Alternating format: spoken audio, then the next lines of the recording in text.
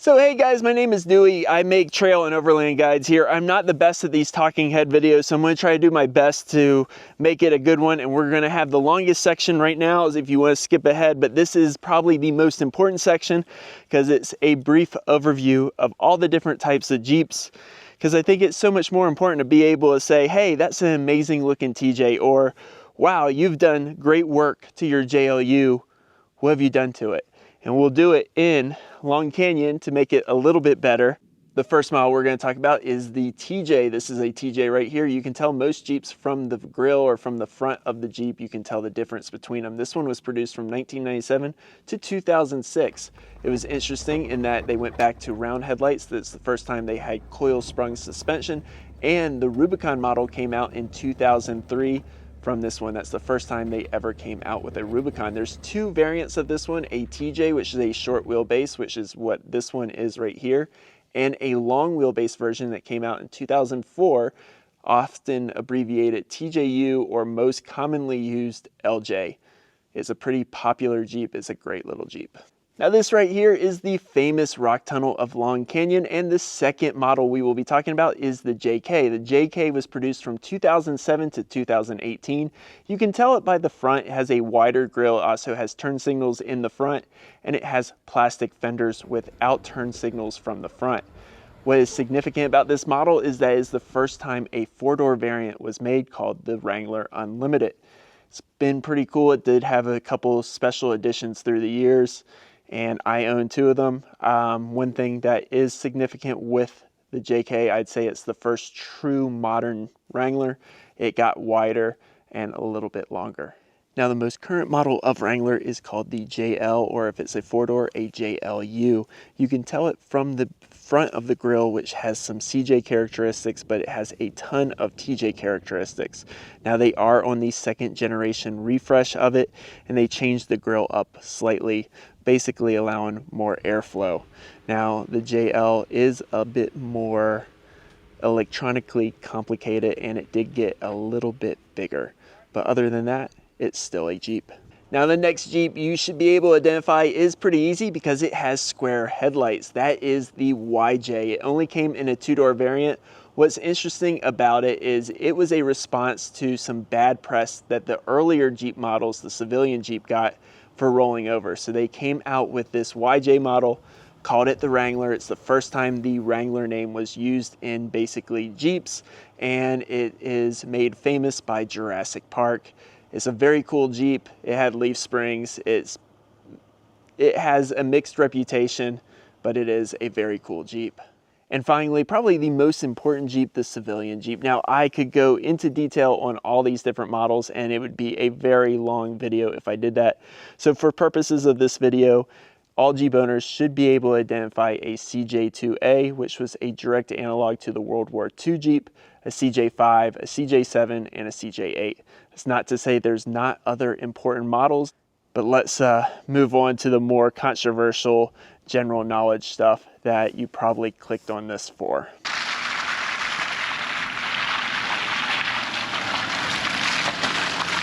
Now this is some of the scenery you guys are going to see on the way to Rattlesnake Arches outside of Grand Junction.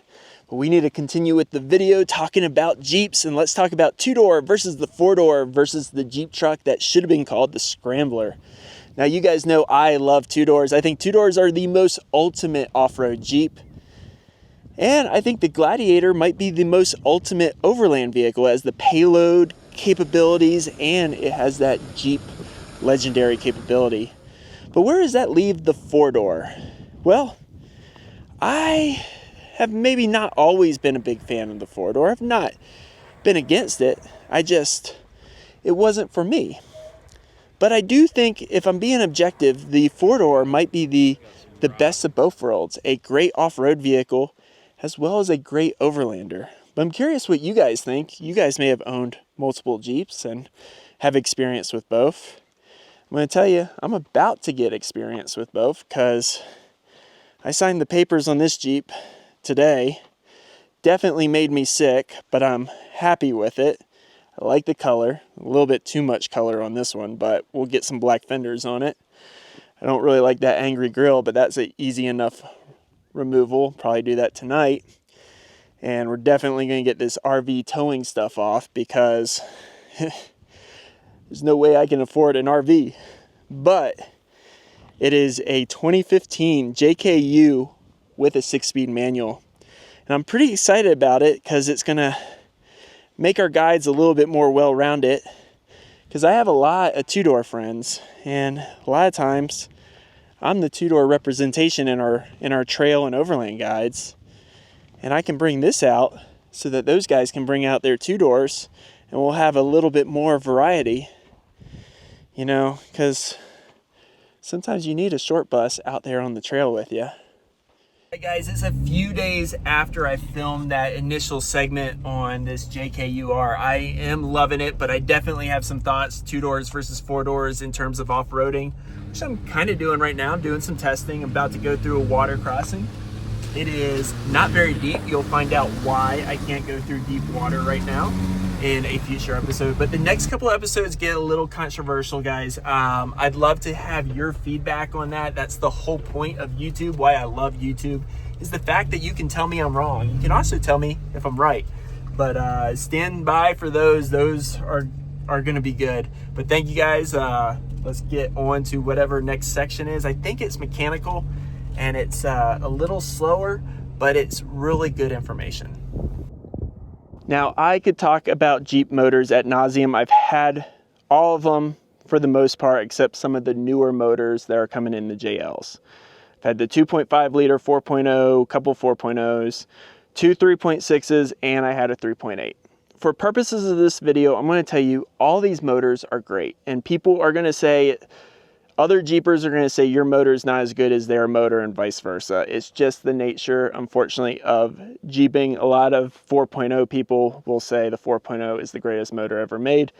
It is a great motor. It's extremely reliable. It's great on torque, and it's durable. But so are the newer motors. Now, the newer motors are not as reliable as this motor, because they're getting way more power out of those motors than this motor gets. This is a very lackluster motor if you're being objective. It's like a Toyota motor, and the Toyota motors are boring. They're not very good. I rented a Toyota from Titus Adventure Company. That video will be coming out. And that was the weakest thing of that Toyota, was that motor. It just could not get out of its own way. Now, this in the light body of a Wrangler can get out of its way, but still, if you're looking objectively, the 4.0 struggles compared to the newer motors. Now, that's not to say I love all those motors, including my 3.8. I love this motor. I love the 3.6. So you don't have a bad motor if you have a Jeep.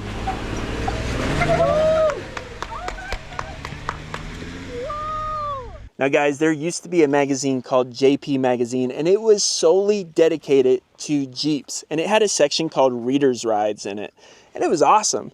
And that's something I want to bring to the channel, so I'm going to be bringing community rides in here. Viewers can submit their videos or submit their photos to me, and I'm going to include them so that you guys can see some pretty cool rigs.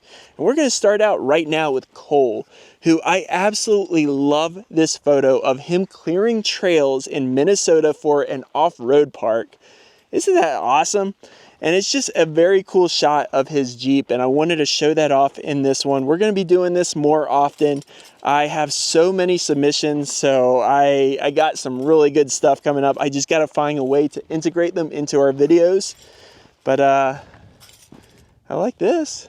All right, quickly, this is of course going to come down to preference. I am a manual driver. However, I will have some tidbits on it. I do think manuals are better in the older generation Jeeps, at least before the JL generation. That's TJ, YJ, JK, and of course CJ's. Your manual is going to have more gears, it's going to be more robust, and it's usually going to be a better transmission. Now, in this new generation of Wrangler, unfortunately, I don't know why they went so wrong with the manual transmission. It's from Toyota. It should be great, but it's the weakest part of this vehicle in my opinion. And I love this new Jeep, but this manual should not be the weakest link, and it is. And so in the newer Jeeps, the 8-speed is a better transmission.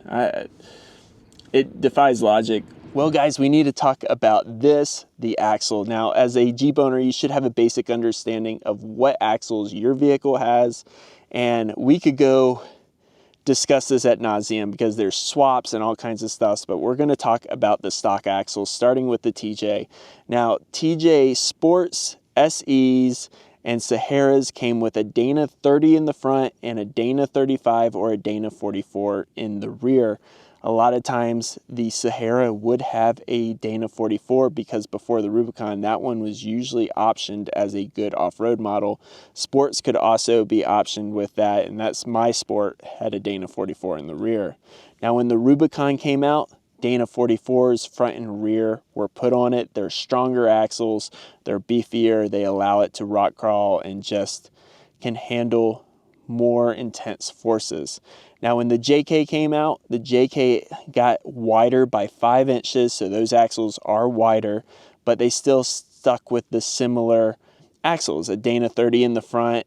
Most years of JKs, I believe, had Dana 44s, but I think there's a few years that they put Dana 35s on there. Of course, the Rubicon did have Dana 44s front and rear. Now, the JL got even wider at 2.5 inches. I'm not a big fan of the widening of these Jeeps, but that's just something that's happened. So no, a JL axle is 2.5 inches wider than a JK axle. And the same thing, but the JL axles are actually pretty cool because they're next generation axles. They're stronger, they're more durable. Dana 30 in the front and a Dana 44, I believe, is in most rears. They might have some Dana 35s. And of course, the Rubicon, like mine, has a Dana 44 front and rear. What the Stellantis actually did, which is really surprising that Stellantis did this, they offered a free float rear in recent models, which is really cool. It just is you want a free float design, it's a better axle design. But that's just the basic overview of axles, and it could be completely different in your Jeep. There could be variations. People do a lot of different swaps. You might even have a Ford axle under there. So you want to just make sure that you know what kind of axles are under your Jeep. This one's going to be fun. This is Death Wobble. You may have heard it. You may have actually experienced it. I hope you haven't. Now, I have only had one instance of Death Wobble in 25 years of Jeep ownership, and mine was simple. It was imbalanced tires. It was a quick fix. I barely had it. I think I changed my tires out a week after my first experience with it. Never had Death Wobble again. Now, tires are a culprit of Death Wobble at times, but there's a whole bunch of different reasons for it to occur. You're going to have to dig into your suspension and find out what's going wrong and fix it and correct it. And it is not the end of the world. Any Jeep that has Death Wobble can be fixed. You just got to do some work to get it there. It's not the end of the world though, guys. It's something that is just part of a solid axle, and it's something that's easily remedied if you know what you're doing. Well guys, this is definitely the most dry of my Jeep Owner's Guide series, so thank you so much for bearing with it. The next parts are going to get a little spicy. We're going to go into Jeep culture probably in the next part. Then we're going to go into bad Jeep mods, and we're going to talk about off-roading. Maybe I'll throw something else in there as a bonus episode. I do have some ideas. But the thing about it is, the more you know, the better off you are to handle differences of opinion. If you end up having a bad Jeep mod, at least you'll know why people say it's a bad Jeep mod. You can choose to address it, or you can choose to leave it alone. It's up to you. Jeep's about freedom. But if you want to see what we normally do on this channel, that's a trail guide up there. And if you want to know how reliable your Jeep's going to be, click over there. And if you want to see those controversial episodes, hit that subscribe button. Bye guys. Bye.